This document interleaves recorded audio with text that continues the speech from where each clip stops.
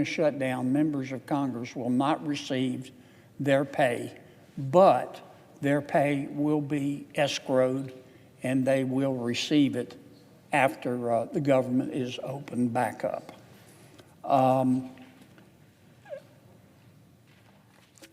Look, we're in day 36. Like you, Mr. President, I've heard a lot of rumors about we're that close to reaching an agreement. We've been that close for a week. Frankly, I hope I'm wrong in saying this, but I don't think we're really that close. I wish we were, and I hope we are. But I think we're going to be in the shutdown a while longer. That doesn't give me any joy to say that. In the meantime, none of our staffs are being paid. Today on the Senate floor, Senator John Kennedy delivered a powerful and straightforward message that struck a chord with millions of Americans. He called for fairness, accountability, and responsibility in government, urging that if federal workers aren't getting paid during a shutdown, then neither should Congress. Kennedy announced 2 new bills designed to ensure that lawmakers face the same financial reality that their decisions impose on ordinary citizens. His speech wasn't filled with political spin or grandstanding. It was an honest appeal for shared sacrifice and basic justice. In a nation frustrated by gridlock and partisanship, his message was clear. If Congress can't keep the government open, then Congress shouldn't be collecting a paycheck. Senator Kennedy stands as a voice of principle, fairness, and accountability in a time when many Americans feel disconnected from their government. His call to stop paying members of Congress during government shutdowns is not about political theater. It is about integrity. He reminds us that leadership should come with shared sacrifice, not privilege. Mr. President, I'm going to be uncharacteristically brief. Tomorrow I will be bringing 2 bills before the Senate. They both have to do with the shutdown and congressional pay.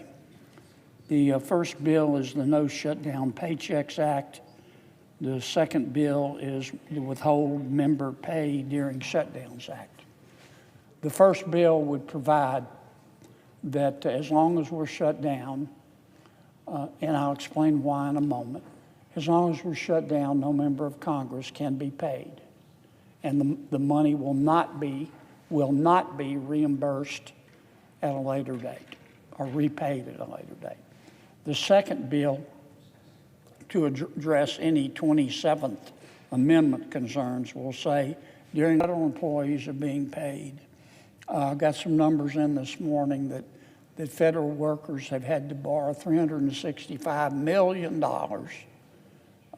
so far during this 36-day shutdown in order just to pay their rent. Our military is only being paid partially. Our air traffic controllers are not being paid.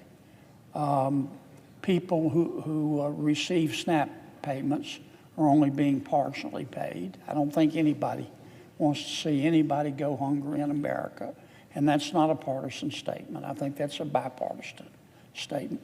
There's precedent for this, Mr. President. Some may say, well, this violates the 27th Amendment. I don't think it does. That's why I'm offering 2 different flavors of bills. But in 2013, President Obama did the same thing that I'm doing now. They were in a shutdown, and President Obama supported legislation that said, if you don't open up government by this certain date, then you're going to lose your paychecks. And guess what? Members of Congress had an epiphany, and they found religion. They had a Damascene moment, and they opened up government. And that's all this bill will do. I'm not trying to grandstand. I wasn't going to bring this bill. When I got back here Monday, I heard all the rumors like everybody else that we were close. And I hope we are close, but we're not close enough.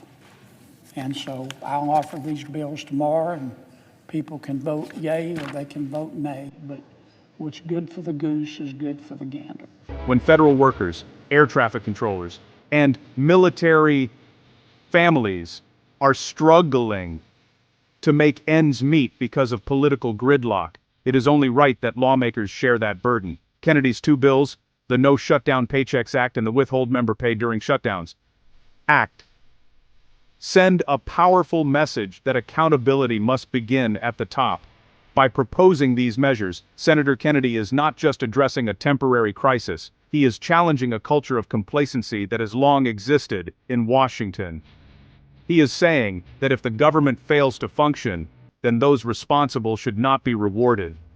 His legislation cuts through the partisanship and points to something deeper: fairness, empathy, and responsibility. Kennedy's stance reflects the frustration of millions of hardworking Americans who live paycheck to paycheck and wonder why their representatives seem immune to the very consequences they create. In a political landscape often dominated by division, Senator Kennedy's message resonates across party lines. He is not asking for praise, he is demanding parity. He is fighting for a simple truth: if ordinary Americans suffer during a shutdown, then those elected to serve them should not be insulated from that pain. His courage to stand on the Senate floor and call for equal sacrifice shows what public service is supposed to mean.